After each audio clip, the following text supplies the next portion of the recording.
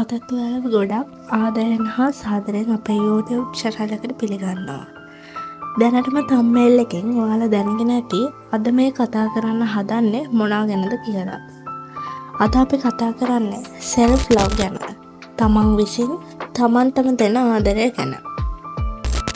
ඇයි ඔයා ඔයාට ආදරය කරන්න ඕනේ කියලා කවුරු හරි ඔයාගෙන් ඇහුවොත් ඔයාට ඒකට උත්තරයක් තියනවද? සමහර විට ඔයා ළඟ දැනටමත් උත්තරයක් ඇති. හැබැයි ඔයා ළඟ මේ ප්‍රශ්නට උත්තරයක් නැත්තම් ඔයා මේ ටික හොඳට මතක තියාගන්න. ඔයා ගැන ඔයා ඇරෙන්න කවුරුත්ම හරියට දන්නේ නැහැ. ඔයා ජීවිතේ මොන වගේ ප්‍රශ්නයක ගනුදෙනු කරනවද කියලා 100% හරියටම ඔයාගේ පවුලේ අයවත් දන්නේ නැහැ. ඉතින් ඔයාව තේරුම් ගන්න, ඔයාට ආදරය කරන්න, ඔයාව ආපහු නැගිට්ටන්න ඉන්නේ ඔයා විතරයි. ඒ නිසා මොන දේ සිද්ධ වුණත් ඔයා වෙනුවෙන් ඉස්සරහට යන්න ඕන. කවදාවත් ඔයා වෙනුවෙන් කරන කිසිම දෙයක් නාස්තියක් වෙන්නේ නැහැ. ඔයා ලස්සනට ඉන්නවා කියන්නේ ඔයාට ආදරය කරනවා කියන එක. ඔයා මතක තියාගන්න self love is number 1. ඉතින් අපි බලමු self love පුරුදු කරන්න මුලින්ම කරන්න ඕන දේවල් 6ක් ගැන.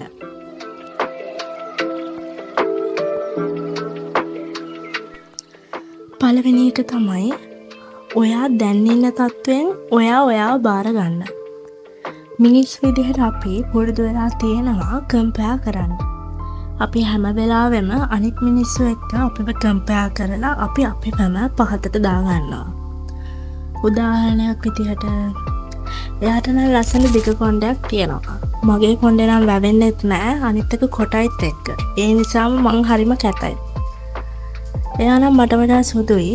මම තමා කැතට ඉන්නේ. එයා නම් මාර විදියට හොඳට ඉගෙන ගන්නවා. මට නම් එච්චර ලකුණුත් නැහැ. මට ඉගෙන ගන්නත් බෑ. මේ වගේ දේවල් එක පිටේක අපි හිත තමන්ගේ තියෙන වටිනාකම අඩු කරගන්නවා. ඊටත් වඩා ඇත්තටම අපිට අපේ තියෙන වටිනාකම් පේන්නේ නැතුව යනවා. මම ඔයාලට පොඩි කතාවක් කියන්නම්. අවුරුදු 8ක විතර චූටි පිරිමි ළමෙක්, දුප්පත් චූටි පිරිමි ළමෙක් පාක් එකක් දිගේ ඇවිදගෙන යනවා. ඒ වෙලාවේ එයා දකිනවා එතන තියෙන බෙන්ච් එක උඩ එයාගේ වයසම හොඳ බ්‍රෑන්ඩඩ් සපත්තු දෙකක් දාගෙන ඉන්න, බ්‍රෑන්ඩඩ් විදියට ඇඳුම් ඇඳගෙන ඉන්න, ලස්සනට පිළිවෙලට ඉන්න එයාගේම වයසේ පුංචි පිරිමි ළමයෙක්.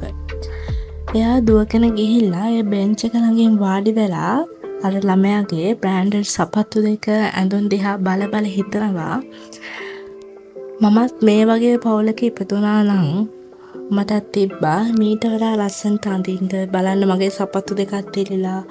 හැබැයි මේ ළමයා ලස්සනට ඇඳගෙන ඉන්නවා. මගේ ඇඳුම් වලත් කුණු, මට අඳින්න තව ඇඳුනොත් නැහැ. හැබැයි මේ ළමයා නම් ලස්සනට ඇඳගෙන ඉන්නවා කියලා හිතනවා. ඒකට දුක් වෙවි ඉඳලා මේ ළමයා එතනින් නැගිටලා ගිහිල්ලා ඒ ළඟ තියෙන ගහක් යට ඉඳ ගන්නවා.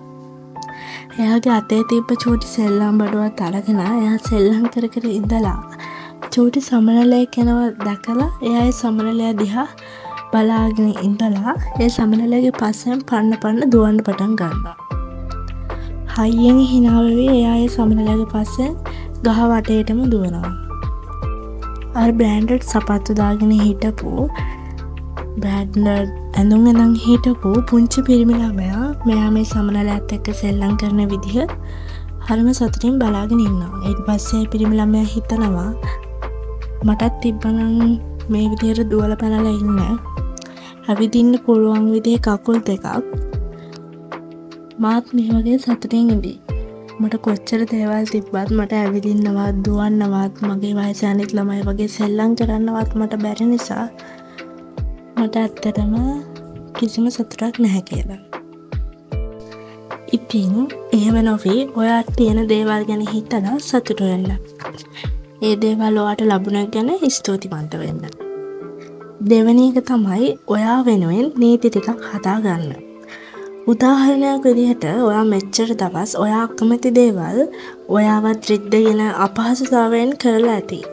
හැබැයි ඔයාට පුළුවන් ඔයා අකමැති දේවල් වලට ඔයාගේ අකමැත්ත පෙන්නලා ඒ දේවල් නොකර ඉන්න. ඔයාට පුළුවන් ඔයාටම නීතියක් දාගන්න ඒ වෙනුවෙන්. ඒ වගේම ඔයාට පුළුවන් අලුත් self care routine එකක් පටන් ගන්න. ඔයා මේ වෙලාවට මේ දේවල් කරනවා, මේ දවසට මේ දේවල් කරනවා කියලා චූටි නීති ටිකක් ඔයාගේ හොඳටම ඔයා වෙනුවෙන් දාගන්න ඔයාට පුළුවන්.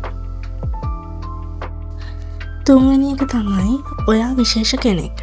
ඔයා වගේ තවත් අය නැති බව තේරුම් ගන්න. ඔයාට තියෙන දක්ෂතා, වටිනාකම්, ඔයාගේ තියෙන හොඳ ගතිගුණ වෙන කාටත් ඒ විදිහටම පිළිගන්නේ නැහැ. ඔයා නියුන් ළමයි වුණත් අනිවාර්යයෙන්ම ඔයයි ඔයාගේ සහෝදරයා වගේ සහෝදරිය අතර අනිවාර්යයෙන්ම වෙනස්කම් තියෙනවා.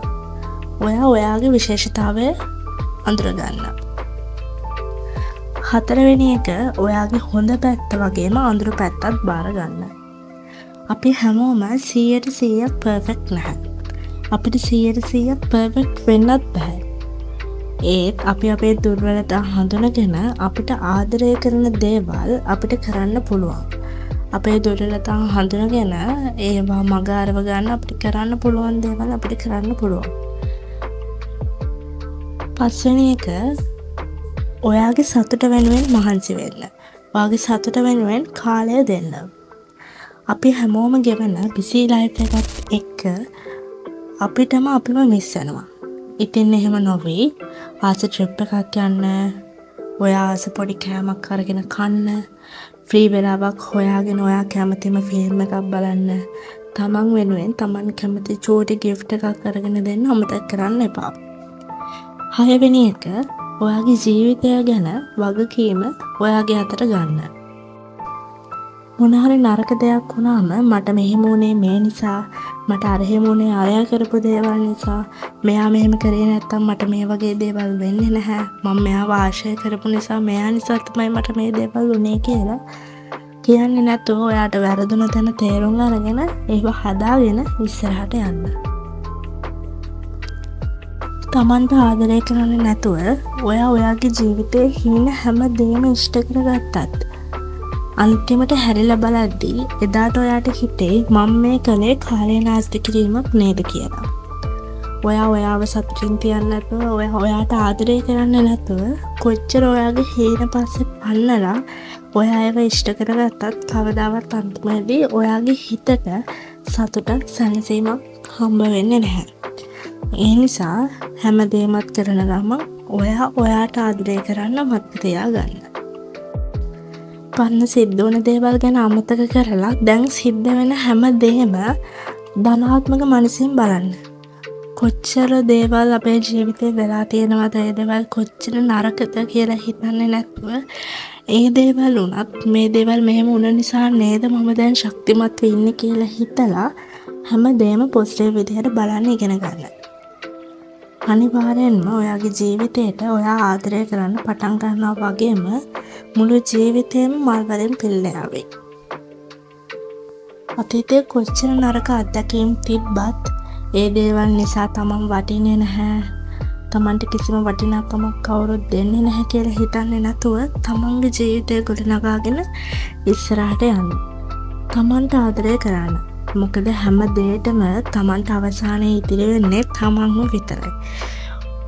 මම ඔයා වෙනුවෙන් ඉන්නවා, අරයා මං වෙනුවෙන් ඉන්නවා, මෙයා මං වෙනුවෙන් ඉන්නවා කියලා හිතන්නේ නැතුව තමන්ට ඉන්න තමන් විතරයි කියලා හිතාගෙන තමන් ගැන අනිත් හැමෝටම වඩා හොයලා බලලා තමන්ට ආදරය කරන්න පුරුදු වෙන්න. අනිවාර්යෙන්ම ජීවිතයේ අන්තිම වෙද්දී තමන්ට ඉතුරු වෙන්නේ තමන් විතරයි. තමන්ට තමන් ආදරය කරොත් අන්තිමේදී හැරිලා බලද්දී තමන්ට තමන් ගැන සතුටක් ඇති වෙයි. ඒ නිසා self love කියන එක ගැන හොඳට මතක තියාගෙන තමන්ට ආදරය කරන්න. ඉතින් අද කතා කරන්නේ self love ගැන.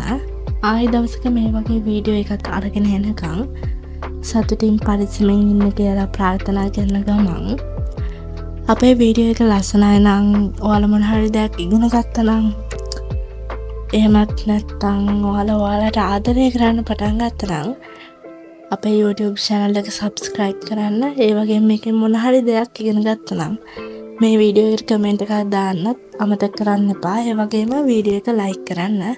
ඔයාගේ යාළුවෙක් ඉන්නවා නම් මේ වීඩියෝ එක ෂෙයා කරන්න.